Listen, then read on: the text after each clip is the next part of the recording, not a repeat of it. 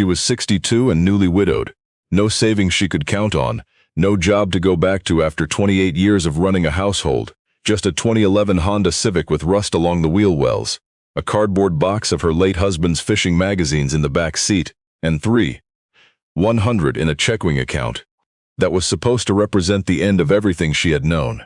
Kenneth had died on a Wednesday in March. A heart attack at the kitchen table, coffee still warm in his mug. And within 6 weeks the bank had sent letters she did not fully understand, and the lawyer had explained things she had not been prepared to hear. The house in Sudbury had a second mortgage Kenneth had taken out without telling her. The life insurance policy had lapsed 2 years prior. She had signed things she should not have signed without reading them, and now she was 53 days past the funeral, and she had nowhere to go. Her name was Evelyn Marsh, and she drove north. She had not planned to drive north. She had not planned anything, but her daughter lived in Toronto and her son-in-law had a certain way of standing in doorways that made Evelyn feel like a problem that needed solving. So, on a Sunday morning in early May, she loaded the Civic and she drove north instead, up through the Shield country, past the Canadian Tire and the Tim Hortons, and the long slow lakes glittering between the spruce trees. And she drove until she ran out of road she recognized. That was how she ended up in Maverley, Ontario, a town of 400 people pressed against the shore of a lake with no tourist economy to speak of, a hardware store that was also the post office, and a United Church that rang its bell every Sunday whether anyone came or not. She had not been to Maverley in 41 years. Her mother's family had come from here. Her grandmother, Ida Marsh, had lived in a white clapboard house on the far end of Ridout Road until the spring Evelyn was 9 years old, and every summer before that, Evelyn had been sent up from Sudbury for 2 weeks of lake swimming and garden work, and evenings on the screened porch, watching the bats come out over the water. Her grandmother had died in the fall of 1981, and after the funeral her mother had sold the house, and Evelyn had never come back. Not once. She did not know why she was here now, or she did know, and could not say it plainly. She was here because she had no other direction, and sometimes that is enough. She rented a room above the hardware store from a woman named Blanche, who charged her $400 a month and asked no questions, which was exactly the right price and the right policy. Evelyn put her cardboard box in the corner and sat on the bed and listened to the lake wind against the window screen. She did not cry. She had cried herself empty somewhere around Perry Sound. Now she just sat. If this kind of story matters to you, the kind where someone ordinary finds something extraordinary in a place they nearly missed, we hope you'll hit subscribe. And tell us in the comments where you're watching from. We love knowing how far these stories travel. Evelyn spent the first 3 weeks doing almost nothing. She walked to the lake in the morning and sat on the dock. She ate at the one diner in town, a place called Munro's, where the coffee came in heavy ceramic mugs, and the owner, a man named Doug, who had the careful politeness of someone who had served too many grieving people over the years, always refilled her cup without being asked. She read paperbacks from the box of donated books by the door. She did not call her daughter. She did not call anyone. By the 4th week, the $100 had become $2,200, and she understood that stillness was not a plan. She walked farther that day than she had been walking. She went down Ridout Road toward the edge of town where the gravel started, past the old McKittrick farm with the collapsed hay barn, past the sugar maple stand that had been there since before any of the current houses. And at the end of the road, set back from the lake shore in a stand of white birch, she found a building she had forgotten existed. It was a small stone library. The walls were fieldstone, mortared in the old way, thick at the corners and thin in the middle, the kind of construction that took patience and a knowledge of stone that most people had stopped carrying by the time the Second World War ended. The roof was cedar shingle, green with moss, missing along one edge where something, a branch, a winter's worth of ice, had pulled it away. The windows were intact, which surprised her.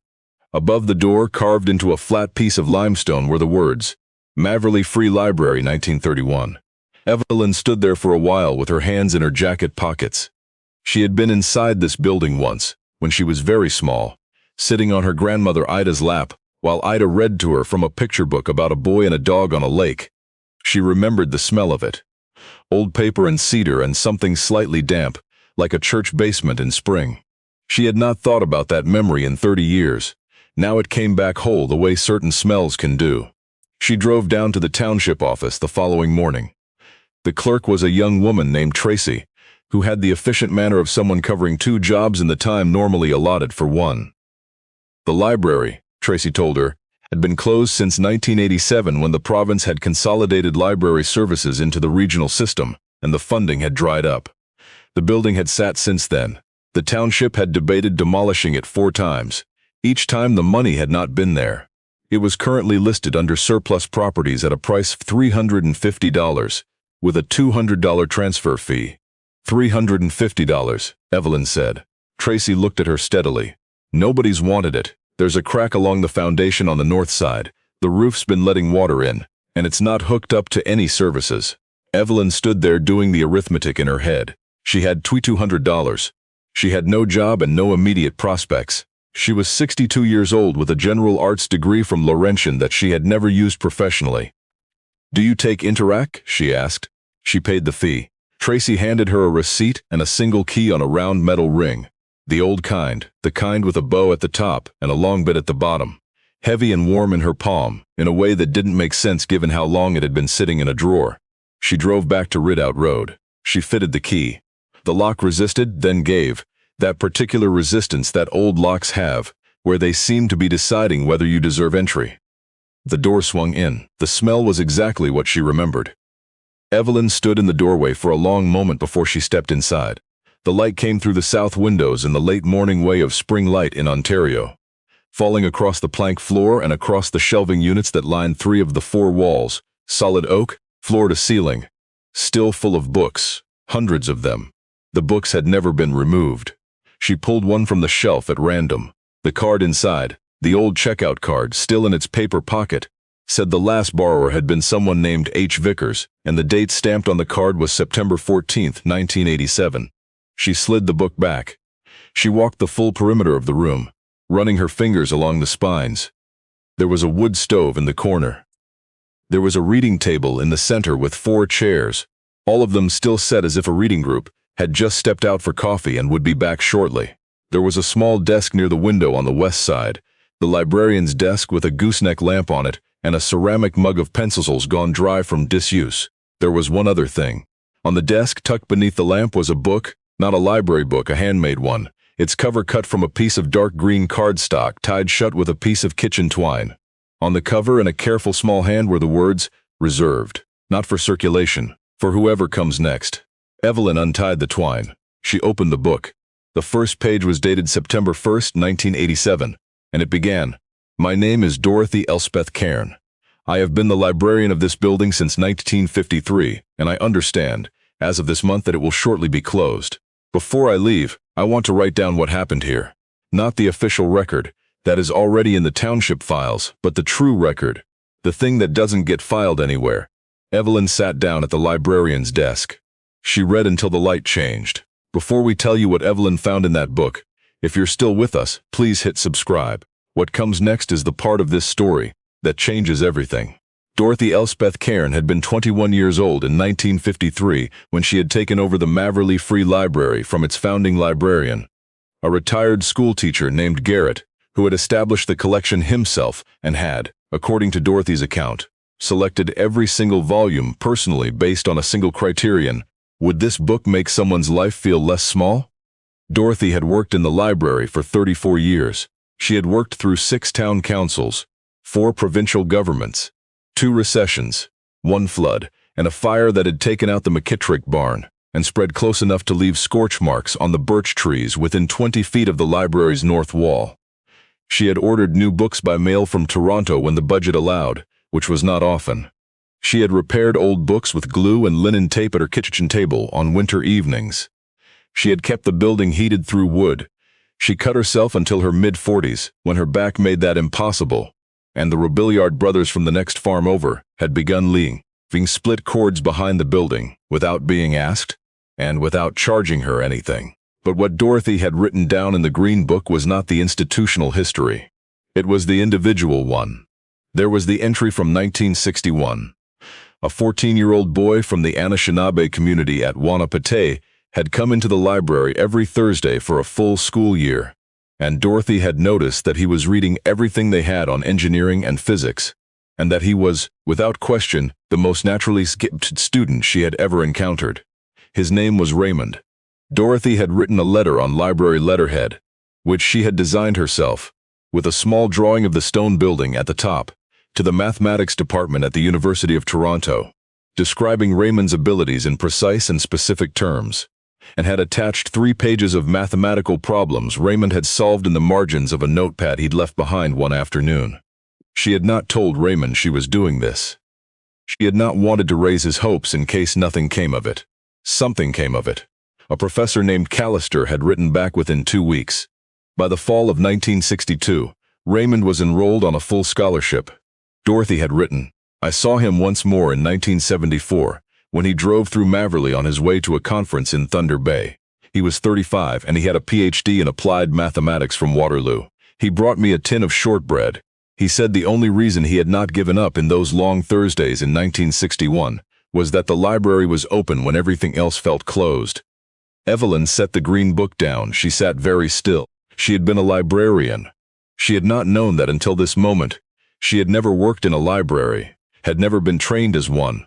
But she understood now, with a certainty that was almost physical, that a librarian was what she had always been on the inside. She had spent 28 years keeping her home organized, keeping her husband's schedules, keeping her children's paperwork and their school records, and their immunization files, and their university applications in labeled folders in a drawer.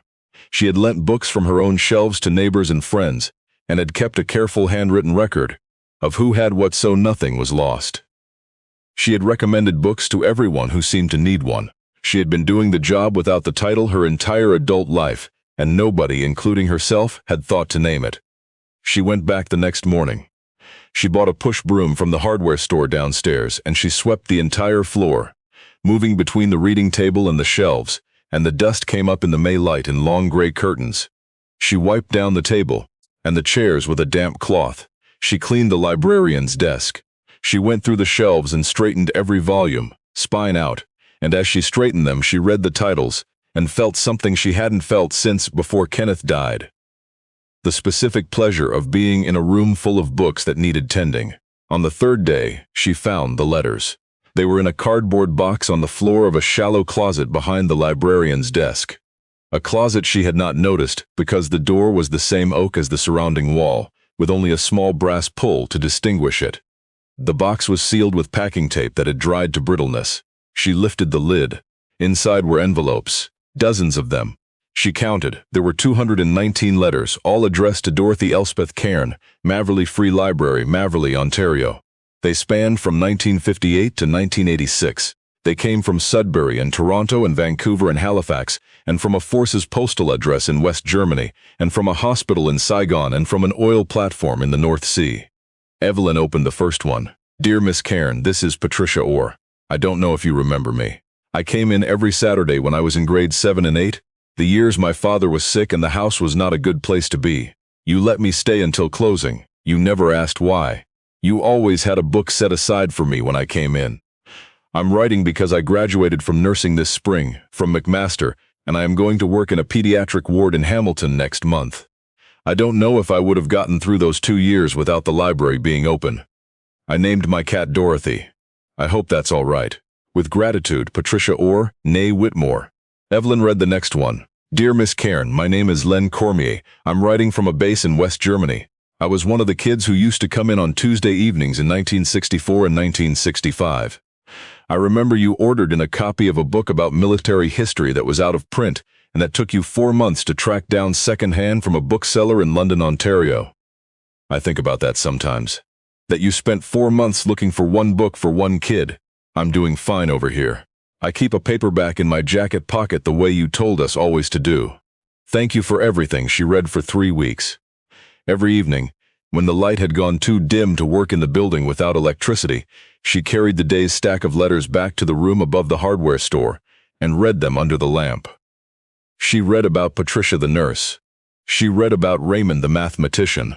She read about a woman named Beverly from the Algonquin community, west of Sudbury, who had used the library's collection of land records and historical maps to successfully argue a land claim that had been in dispute for 40 years. She read about an elderly man named Walter, who had never learned to read as a child, and who had come to Dorothy at 61 and who, under Dorothy's quiet instruction over the course of a single winter, had read his first full book, a novel about a dog in the Yukon, at 62 years of age. Walter's letter was 3 lines long, and his handwriting was the handwriting of someone who had only recently learned to hold a pen, careful and large and luminous. That is how this kind of kindness works. It doesn't announce itself. It asks for nothing back. It accumulates in other people's lives like snow on a field, slowly, quietly, until one morning you look out and the whole landscape has changed. And then in early June, Evelyn found the ledger.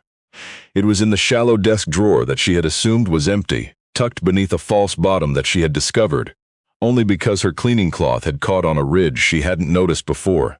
A slim gray ledger book, the kind used for household accounts, its cover worn thin at the corners. She opened it. The first entry was dated October 14, 1953. Postage for letter to U of T Regional Scholarship Programs. Second entry, 1 week later. Ordered 1 copy Gray's Anatomy from Coles in Sudbury. Special request for Gordon Robiliard. 4.25 cents out of personal funds. Not reimbursable. Township budget closed for the year. Line by line in the same small, careful hand. The stamps she had bought to send letters on students' behalf, the books she had ordered out of her own pay.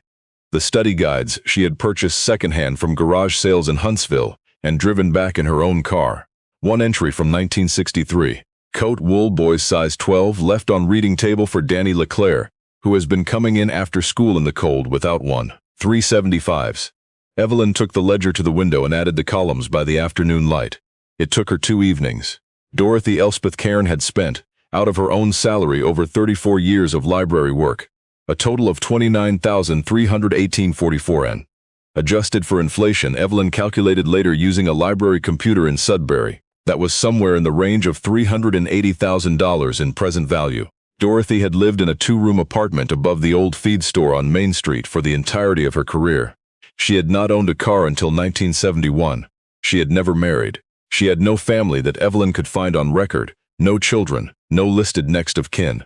When the library closed in 1987, Dorothy had moved to a senior's residence in North Bay and had died there in 1994, age 62.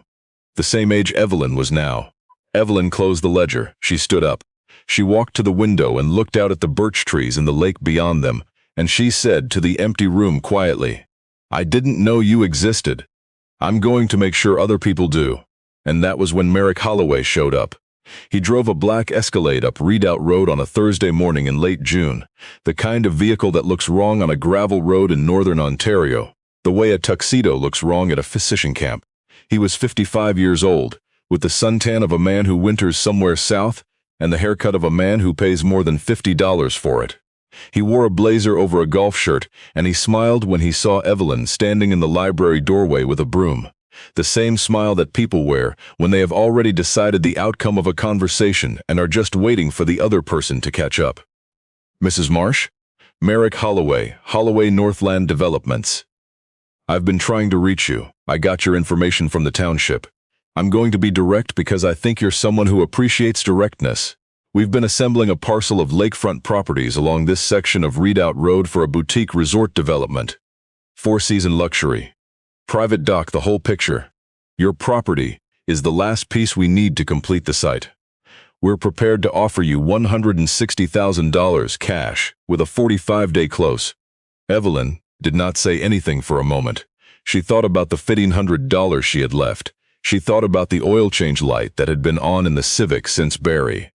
She thought about her daughter's last voicemail, which had been warm but had contained the phrase, "We're here, if you need to come back," in a way that felt like a closing door. She thought about $160,000. Then she said, "Do you know anything about this building, Mr. Holloway?" He glanced past her at the stone walls. "Historic," he said. "Probably on the heritage inventory. We'd work around the designation or apply for an exemption. These things are manageable." "There was a woman named Dorothy Elspeth Cairn," Evelyn said. "She was the librarian here for 34 years. She spent the equivalent of $380,000 of today's money out of her own pay, on other people. Not on herself. On stamps for letters she wrote on their behalf. On books she ordered for children who would otherwise never have had access to them. On a winter coat she left on a table for a boy who came in cold. Holloway nodded, the practiced nod of a man absorbing an obstacle. "That's a wonderful story," he said. "It really is. But sentiment doesn't replace infrastructure, and this community has more to gain from a year-round resort development than from." "This isn't sentiment," Evelyn said. "She lives in 219 letters in that building. She lives in everyone who came through that door when they had nowhere else to go. She lives in a mathematician and a nurse and a woman who won a land claim. I'm not selling." Holloway gave her his card anyway. He drove away. The dust from the road settled back slowly in the warm June air. Evelyn stood in the doorway until the sound of the escalade disappeared. Then she went back inside and sat down at the librarian's desk and stayed there for a long time. She stayed there until she knew what she was going to do next. She applied to the Ontario Heritage Trust for an official designation. The application required a written history of the building and evidence of community significance. Evelyn spent 3 months writing it. She used Dorothy's green book, the ledger, the 219 letters, and the checkout cards from the remaining collection, nearly 400 volumes, each with its cards still intact, each card a small archive of who had borrowed what and when. She drove to North Bay and requested Dorothy's employment records from the township archive. She found, in a manila envelope at the back of a filing cabinet, a black and white photograph taken at the library's opening in 1931. And in the corner, barely visible, a girl of perhaps 3 years old sitting on a woman's knee on the front step, a girl who, Evelyn eventually confirmed, was Dorothy's mother, Clara Cairn, who had been the founding librarian's assistant and who had brought her small daughter to the opening day. Dorothy had grown up within sight of this building. She had been connected to it before she could read. The designation came through the following spring. Maverley Free Library was added to the Ontario Heritage Register as a property of provincial cultural heritage value. Merrick Holloway did not come back. Evelyn did not stop there. She incorporated the Dorothy Cairn Community Library Society, a non-profit, using the last of her checking account and a $500 loan from Blanche, who said she'd wait as long as needed. She wrote to the families named in Dorothy's letters.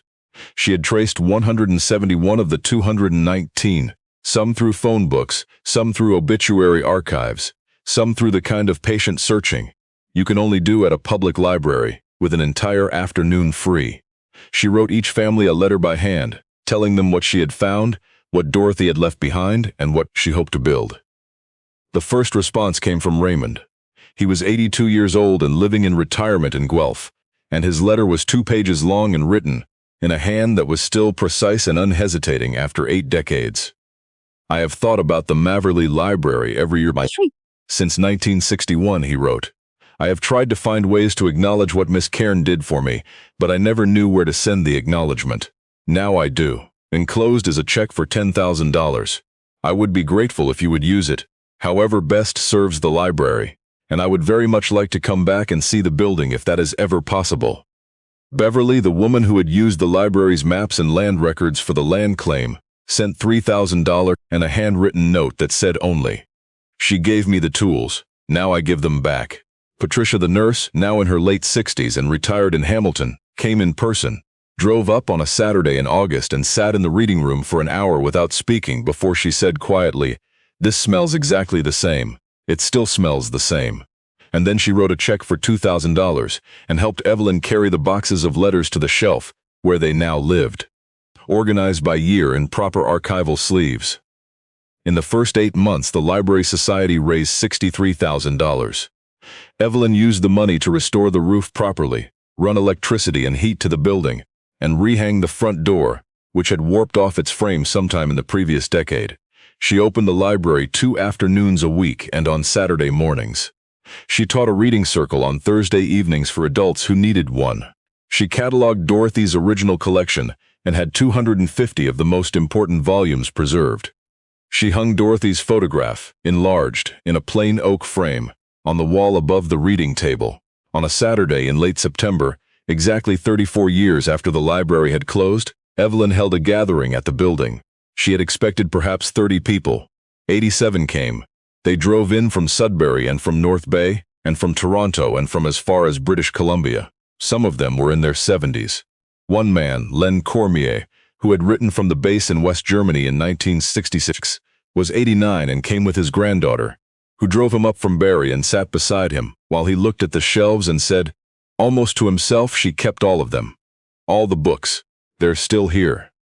They came and sat in the reading room and in the garden outside, and told stories about Dorothy and about the library, and about what had happened to them after. They sang a round together at the end, an old song that many of them had learned in this room, a song Dorothy had been known to sing herself on closing time, an old Scottish air that several of them still knew the words to without being told. Evelyn stood at the door with her grandmother's copy of a book about a boy and a dog on a lake that she had found, that same spring, on the shelf where it had been sitting for 41 years. She had checked the card inside. The last person to borrow it before her had been her grandmother, Ida Marsh. Date stamped, August 3, 1980. The summer before Ida died, the summer before Evelyn had last been here. Her grandmother had come here, had sat in this room, had borrowed this book, and probably, had known Dorothy Cairn, had spoken to her across this same librarian's desk, had recommended this library to her granddaughter in some passing small way. The kind of recommendation so quiet. You don't hear it as a recommendation until 30 years later, when you are standing in the building with the book in your hands, and you understand finally what you were always being pointed toward. Some things don't arrive on a schedule. Some inheritances take 40 years to find you, and they find you when you are ready to receive them, not before. Evelyn never went back to Sudbury. She lived in the room above the hardware store for another year, then moved into a small house on the lake end of Ridout Road that came available when old Mr. Arsenault finally moved to his daughters in Timmins. She walked to the library every morning the way Dorothy had, down the gravel road in whatever the weather was doing, past the birch trees, through the door that no longer stuck. She taught reading on Thursday evenings. She kept the books. She remembered everyone who came in, what they were looking for, what they were really looking for, which was not always the same thing. Kenneth had been gone for 3 years by the time she understood that she was not starting over. She was arriving. The direction had always been here. She had just needed to run out of other roads first. Dorothy Cairn had never known Evelyn's name.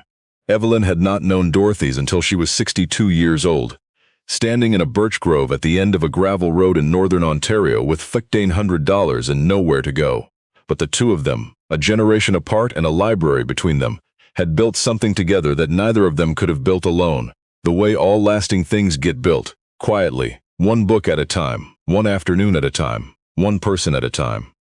If this story stayed with you, we would love it if you shared it with someone who needs to hear it, and leave us a comment. Tell us who the person was who quietly changed your life. Maybe a teacher, maybe a librarian, maybe someone you've never properly thanked. Write their name down. Say thank you. It is not too late. It is never too late. We'll see you in the next one.